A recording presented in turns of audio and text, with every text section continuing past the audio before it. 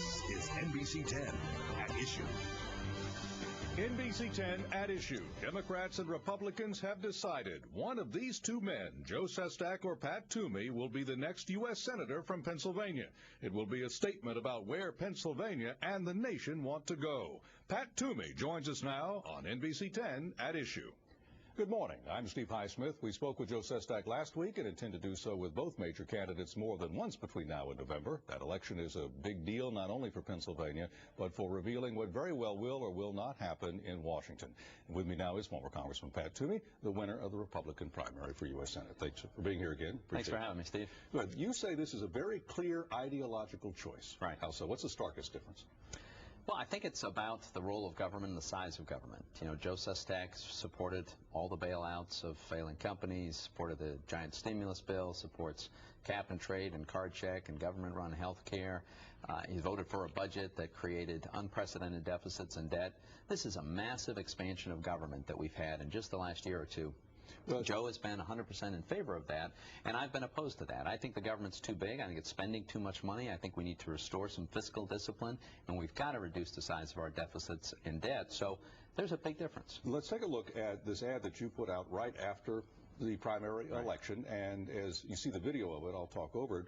You start out with a positive photo of Joe Sestak, and that's in keeping with the tone you say you're going to set. Right. You say that both of you are good men, but then you go on to say that he voted for the Wall Street bailout, that he is for government-run health care, Obamacare, and that he is also for having terrorist trials in civilian courts in Pennsylvania. Let's start taking those. Sure. The Sestak campaign, in a written response to me, my request about this ad, said it was Wall Street deregulation, which you supported, that contributed to the financial collapse, and your support for the Bush tax cuts that added $1.7 trillion to the deficit while going mostly to the top 1% of earners. So that's their response, your response. Well, let's go one at a time. First of all, the legislation that I supported, that Bill Clinton signed and that Bill Clinton has since praised, certainly had nothing to do with the collapse we saw on Wall Street. What we did was we passed a law that allowed commercial banks and investment banks to be affiliated under a common holding company. It didn't allow them to do anything new that contributed to this crisis. The crisis came about because banks were making loans, especially mortgages, to people who couldn't pay it back. That's what happened. And, of course, the Bush tax cuts? The Bush tax cuts, well, let's look at the actual facts. The tax cuts of 2001 and 2003 that I fully supported, those tax cuts resulted in huge economic growth, millions of new jobs being created, and an increase in revenue to the federal government. This has happened in the past when we've lowered marginal tax rates, and it happened in 2003. Congress did not balance the budget during that time, though. Well, let's, again, in the 6 years that I was in the House. No, but in that 2001, 3, 4 period, and I know it was after 9/11. But it was after 9/11. We had a tremendous economic slowdown, and when we lowered taxes, Steve, the economy took off, job creation took off, and revenue to the government took off. Joe Sestak thinks that lowering taxes destroys an economy.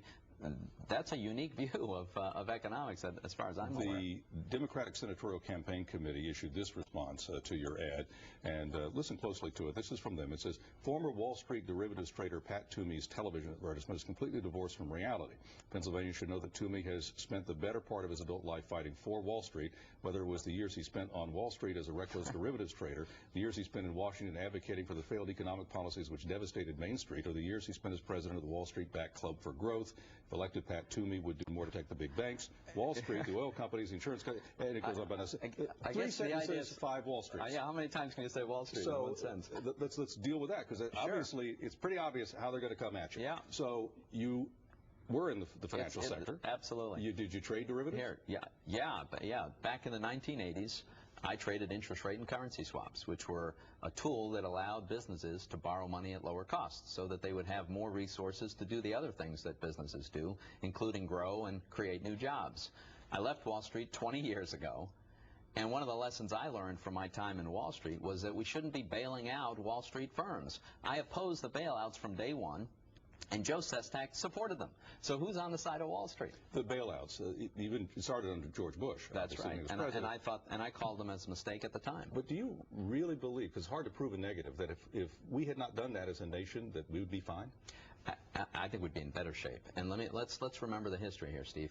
A 3-page bill was brought to the Congress to say, give the Treasury Secretary $700 billion and he'll tell you what he'll do later, but he'll solve the problem. The vote failed in the House initially. A couple of days later it passed.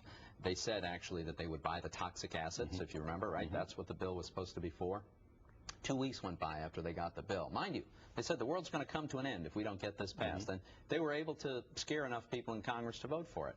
2 weeks go by, they didn't buy a single toxic asset, and then they announced, change of plans. We're not going to buy toxic assets after all. And then they made capital investments in banks, including some that neither needed nor wanted the money. To this day, they never launched a meaningful toxic asset purchase program. No, I think what... But after that failed, when that first vote failed that you mentioned, Wall Street dropped almost 800 points. Yeah. So it's clear that you could interpret that a couple ways, but one way could be that Wall Street thought the bailout was necessary. Well, or you could interpret it to say that, you know, a lot of institutional investors weren't going to have to take a haircut because we're going to subsidize it. And so the value of some companies is higher. If taxpayers are going to be forced to pour money into them, sure, then they're worth more, and so the stock price might reflect that. Let's talk about the terrorist trials portion that you bring up. Congressman Sestak sent a statement to me saying, as an admiral who led the Navy anti-terrorism unit Deep Blue in the aftermath of 9/11, I have no greater concern than the safety of the American people. The Supreme Court has struck down military tribunals as unconstitutional twice already, and Guantanamo yielded only 3 successful prosecutions in the last 8 years, while more than 200 terrorists have been convicted and imprisoned. Goes on to say that even President Bush said they should be tried in courts here in the U.S. So why are you going after them? No, because it's a very, very mistaken approach, and this is an area where Joe is so far outside of the mainstream. The fact is the courts have ruled that we have a constitutional process. It's a legislated process. The Congress was required to develop a framework for military tribunals. This is nothing new. We have used military tribunals in America for 200 years, and the idea that we should take Khalid Sheikh Mohammed, the mastermind of 9/11 itself, not an American citizen, and a declared enemy of America, and bring him into an American civilian court, give him all of the privileges that an American citizen gets in a civilian court, I think is a huge mistake. To do it in Pennsylvania, I think, is outrageous. Even though it's worked before. Well, you know, there's also some real dangers in doing this, and there are some problems when we've done this before. For instance, when we tried in a civilian court the first World Trade Tower bombers, the prosecution was required by the defense, because these are the rules of civilian courts, to disclose an awful lot of information, including sensitive intelligence information, including the fact that we were aware that Osama bin Laden was a very dangerous figure. It tipped them off. It gave a lot of people who intended to terrorists an opportunity to hide. Look, I just think this is a big mistake. All right, let's move on to health care.